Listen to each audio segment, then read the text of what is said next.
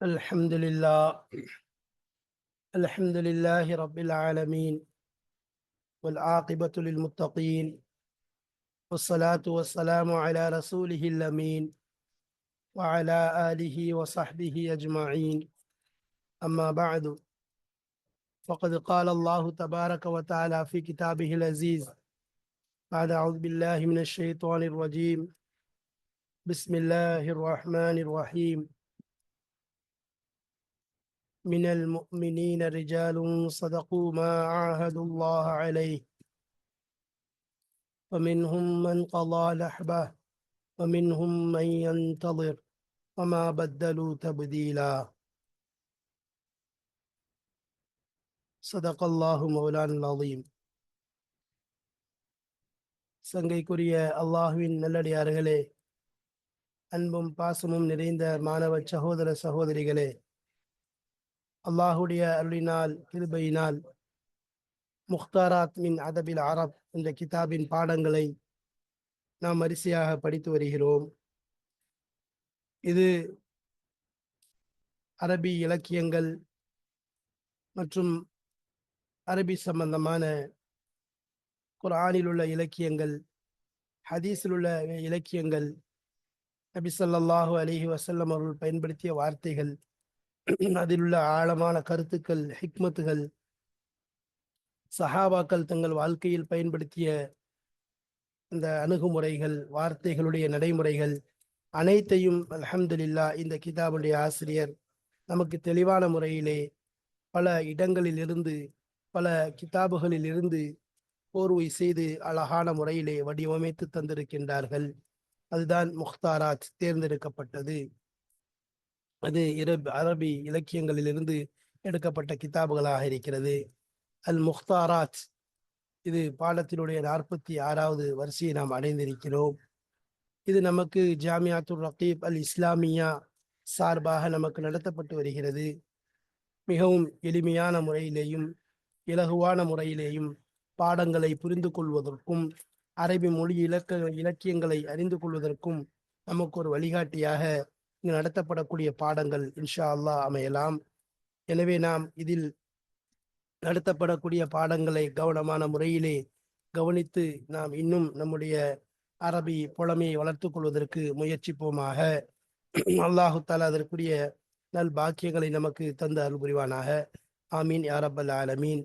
இது மிகப்பெரிய ஒரு நன்மைக்குரிய செயலாக காரியமாக இருக்கிறது. இது போன்ற நன்மைகளில் நாம் ஒன்று சேர்வோம், இன்னும் நன்மையில் முந்திக் கொள்வோம். இந்த சேவைகள் எவ்வித தொய்வின்றி தொடர்ந்து நடைபெறுவதற்காக துவா செய்யுங்கள். இன்னும் நமது ரகீப் கல்வி அறக்கட்டளைக்கு ஆதரவு தாருங்கள். தங்களுடைய கருத்துக்களின் மூலமும் தங்களுடைய துவாக்கள் மூலமும் இன்னும் அல்லாஹு தாலா தங்களுக்கு வழங்கிய அருட்செல்வங்கள் மூலமும் அதை நன்கொடைகளாக வழங்கி அல்லாஹ்வுடைய அருளை பெறுவதற்கும் முயற்சிக்கலாம். அப்படி விரும்பக்கூடியவர்கள் தங்களுடைய நன்கொடைகளை அனுப்புவதற்காக வேண்டி இங்கு அக்கௌண்டுடைய டீட்டெயில்ஸ் கொடுக்கப்பட்டிருக்கிறது. இன்னும் கியூஆர் ஸ்கேனரும் கொடுக்கப்பட்டிருக்கிறது. அதன் மூலம் தங்கள் நன்கொடைகளை வழங்கி அல்லாஹுடைய அருளையும் பொருத்தத்தையும் பெற்றுக்கொள்வோமாக. அல்லாஹு தாலா ஒவ்வொரு காரியத்தையும் இஹ்லாஸோடு அவனுக்காக செய்யக்கூடிய தௌஃபீக்கை, பாக்கியத்தை தந்து அருள் புரிவானாக. ஆமீன் யா ரப்பல் ஆலமீன். வாருங்கள், இப்பொழுது நாம் பாடத்திற்குள் செல்வோம். இப்பொழுது நாம் பிஸ்மில்லாஹிர் ரஹ்மானிர் ரஹீம். கைஃப கான முஆவியத்து ரலியல்லாஹு அன்ஹு யக்லி யௌமஹு. எவ்வாறு ஆகியிருந்தார்கள் முஆவியா ரலியல்லாஹு அன்ஹு யக்லி யௌமஹு, தங்களுடைய நாளை கழிக்கக்கூடியவர்களாக ஆகியிருந்தார்கள். அதாவது முஆவியா ரலியல்லாஹு அன்ஹு அவர்கள் தன்னுடைய தன்னுடைய நாட்களை, தன்னுடைய ஒவ்வொரு நாளையும் பகலையும் இரவையும் எப்படி கழிப்பார்கள், எவ்வாறு கழித்து கொண்டிருந்தார்கள், கழிக்கும் முறை என்ன என்பதைத்தான் இங்கு நாம் பார்க்க இருக்கிறோம். இது இல் மஸ்ஊதி என்பவரால் எழுதப்பட்ட ஒரு கட்டுரையாக இருக்கின்றது. அவர்களுடைய கிதாபிலிருந்து எடுக்கப்பட்டது. இங்கு நாம் இந்த ஹஜ்ரத் முஆவியா ரலியல்லாஹு அன்ஹுடைய வாழ்க்கை நிலையைத்தான், அவருடைய அன்றாட வழக்கமான அமல்களைத்தான் நாம் இப்பொழுது இங்கு பார்க்க போகிறோம். அதனுடைய பார்ட் 1 முதல் பகுதியை நாம் அடைந்திருக்கிறோம். ஹஜ்ரத் முஆவியா ரலியல்லாஹு அன்ஹு அவர்களை பற்றியும் இன்னும் இந்த கட்டுரை எழுதிய மஸ்ஊதி அவர்களை பற்றியும் இன்ஷா அல்லாஹ் நாம் பார்க்க இருக்கிறோம். மஸ்ஊதி அவருடைய பெயர் என்ன என்பதை நாம் பார்ப்போம். அவர் அது யாருன்னு சொன்னா அபுல் ஹசன் அலி இப்னுல் ஹுசைன் இப்னு அலியில் மஸ்ஊதி என்பதாக சொல்வாங்க. அவர் பேரு, அவருடைய புண்ணியத்தை எடுத்துக்கொண்டால் அபுல் ஹசன். அவருடைய பேர் என்று எடுத்துக்கொண்டால் அலி இப்னு ஹுசைன், அலி இப்னு ஹுசைன் இப்னு அலி என்பதாக சொல்லப்படுது. இவர்கள் பிரபல்யமான ஒரு வரலாற்று ஆசிரியர், முஅர்ரிஹு ஷஹீர் என்பதாக சொல்லுவாங்க. பிரபல்யம் நிறைந்த வரலாறுகளை அழகான முறையிலே தொகுத்து எழுதியவர்கள். இவர்கள் வளர்ந்ததெல்லாம் பகதாதில் தான், பகதாதிலே வளர்ந்து, ஆனால் அதற்கு பிறகு இவர்கள் அதிகமான இடங்களுக்கு பயணம் செய்திருக்கிறார்கள். பொதுவாக முஅர்ரிஹீன்கள் எடுத்துக்கொண்டால் தாரீഖுடைய வரலாற்றிலே மிகவும் பிரபல்யமானவர்கள், தாரீഖை நன்கு கரைத்து குடித்தவர்கள், அனுபவ ரீதியான கல்விகளை, அந்த அடிச்சுவடுகளை, வரலாறு ரீதியான இடங்களை காண்பதற்காக வேண்டி அதிகமான பயணங்கள் செய்வது வழக்கம். உதாரணமாக நாம் இப்னு ஹல்தூன் என்ற முஅர்ரிஹீன்களை பார்க்கிறோம். அதே போல் இப்னு பத்தூதா போன்ற பல வரலாற்று ஆசிரியர்களை பார்த்தால் அவருடைய பிரயாணமே தனி ஒரு வரலாறாக இருப்பதை நாம் பார்க்கிறோம். அதேபோல் இவர்களும் பல இடங்களுக்கு பயணம் செய்திருக்கிறார்கள். குறிப்பாக இந்துஸ்தான், இந்தியாவிற்கு வந்திருக்கிறார்கள். சீன தேசத்திற்கு சென்றிருக்கின்றார்கள். மடகாஸ்கர் என்று சொல்லப்படக்கூடிய இந்த ஐரோப்பா பல இடங்களுக்கு சென்றிருக்கிறார்கள்.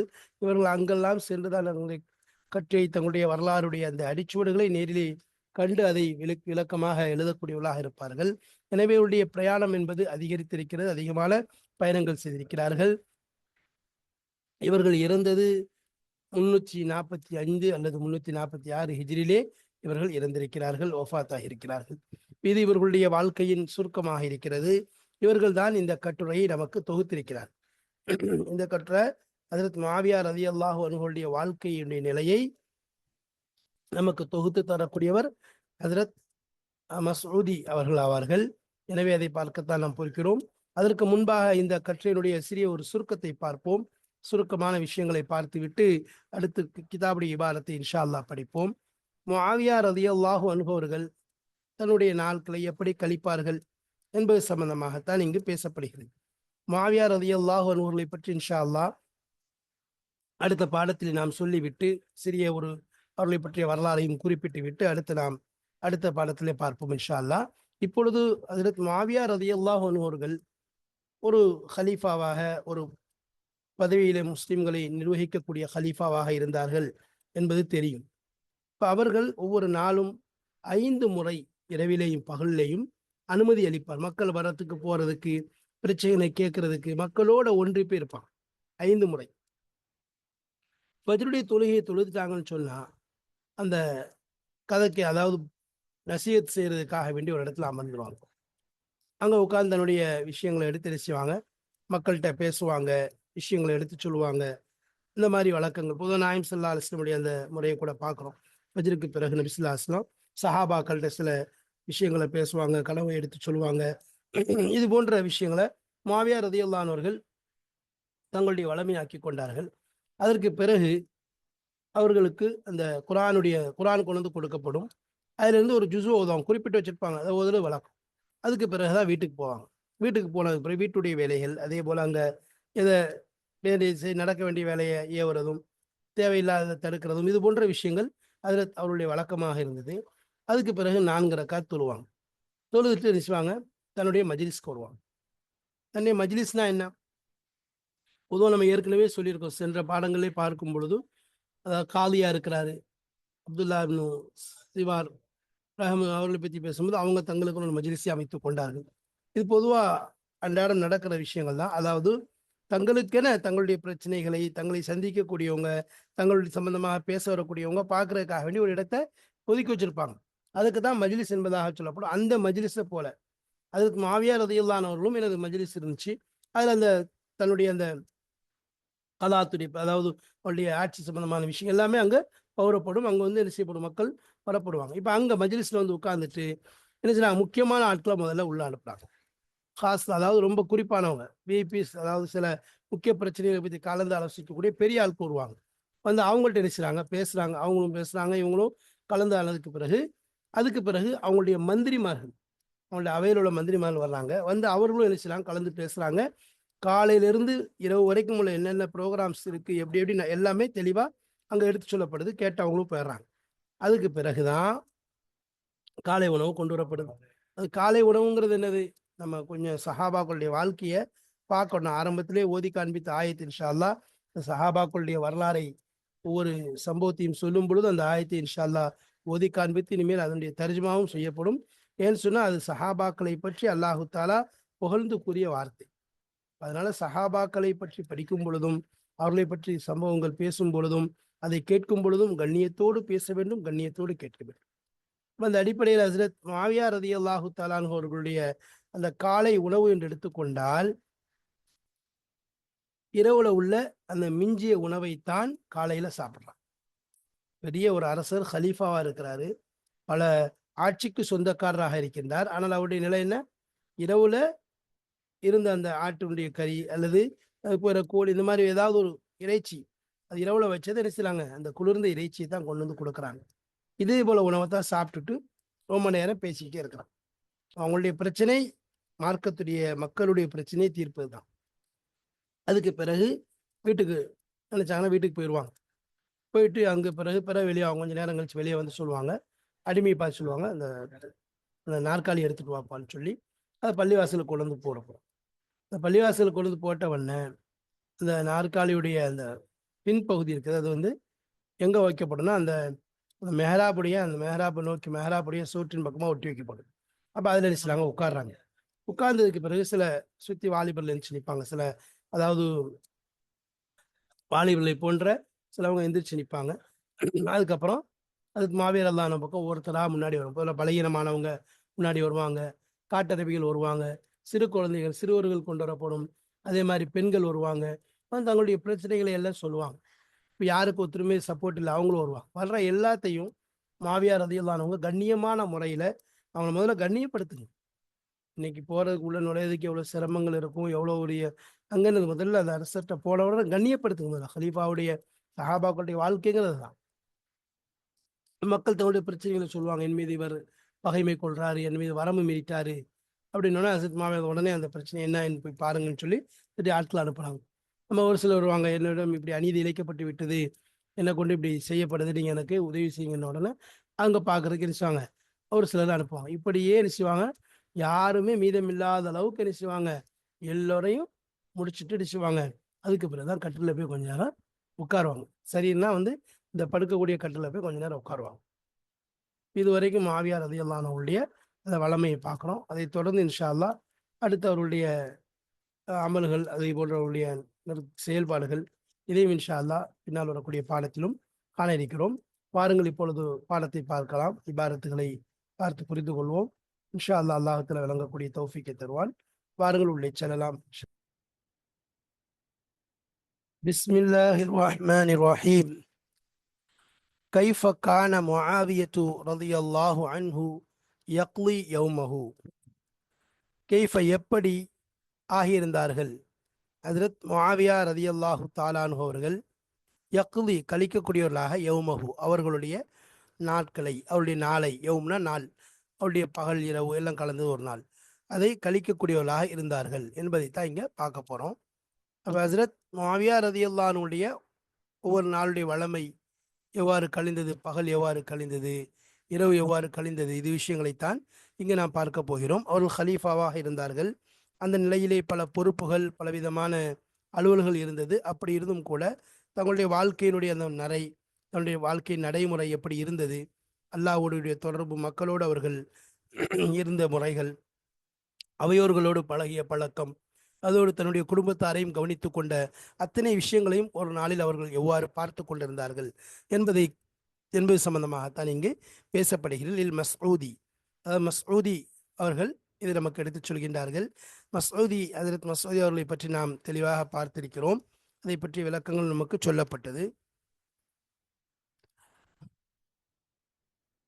கான மின் அஹ்லாகி முஆவியத ரலியல்லாஹு அன்ஹு அன்னஹு கான யஅதனு ஃபில் யௌமி வல் லைலதி 5 மர்ராத்தின். ஹஜ்ரத் கான ஆகியிருந்தது மின் அஹ்லாக்கி முஆவியத, முஆவியா ரலியல்லாஹு அன்ஹு அவருடைய குணங்களிலிருந்து ஆகியிருந்தது. ஹுலுக்குல் ஜமதா அஹ்லாக், குணங்களிலிருந்து ஆகியிருந்தது. முதல் பழக்க வழக்கங்கள் என்பதாக சொல்லலாம். அன்னஹு அவர்கள் நிச்சயமாக முஆவியா ரலியல்லாஹு அன்ஹு அவர்கள் கான யதனு அனுமதிக்கக்கூடியவர்களாக இருந்தார்கள். ஃபில் யௌமி யதனு ஃபில் யௌமி பகலிலே வல்லைலத் இரவிலேயும் ஹம்ச மர்ராத்தின் 5 முறை மக்களை அனுமதிக்கக்கூடியவர்களாக இருந்தார். அப்போ 5 தடவை என்ன செய்வாங்க, இது சம்பந்தமான விஷயங்களை பற்றி தங்களின் பக்கம் வர்றதுக்கு அனுமதி கொடுத்திருந்தார்கள். கான இதா சல்லா, இது பெரிய ஒரு மிகப்பெரிய ஒரு உயர்ந்த குணத்தில் உயர்ந்த விஷயத்தில் கட்டுப்பட்டது. ஏன்னு சொன்னால் எவ்வளோ பெரிய அரசராக இருக்கின்றார்கள். ஒரு நாளைக்கு தன்னுடைய இந்த மக்களுடைய பிரச்சனைக்கு அல்லாஹ்வை பயந்து வாழக்கூடியவர்களுடைய உதாரணங்கள் தான் இது. 5 முறை ஒதுக்கிக் கொள்கிறார்கள். கான இதா சல்லல் ஃபஜ்ர, ஃபஜ்ருடைய தொழுகை அவர்கள் தொழுது விட்டால், ஜலச லில் காசி ஹத்தா யஃப்ருக மின் கிசசிஹி, ஜலச அவர்கள் அமர்ந்து கொள்வார்கள். லில் காசி, ஜலசலில் காசி அதாவது உபதேசம் செய்வதற்காக வேண்டி, அதாவது கதைகளை சொல்லக்கூடியவராக அமர்ந்து கொள்வார்கள். ஹத்தா யஃப்ருக மின் கிசசிஹி, அவருடைய கதையிலிருந்து அதை முடிக்கும் வரைக்கும், அதாவது பயான் செய்வாங்க, மக்களுக்கு அந்த விஷயங்களை எடுத்து சொல்வார்கள். இதுதான் அவங்களுடைய வழக்கமாக இருந்துச்சு. சும்ம எதுகுலு, பின்பு நுழைவார்கள்.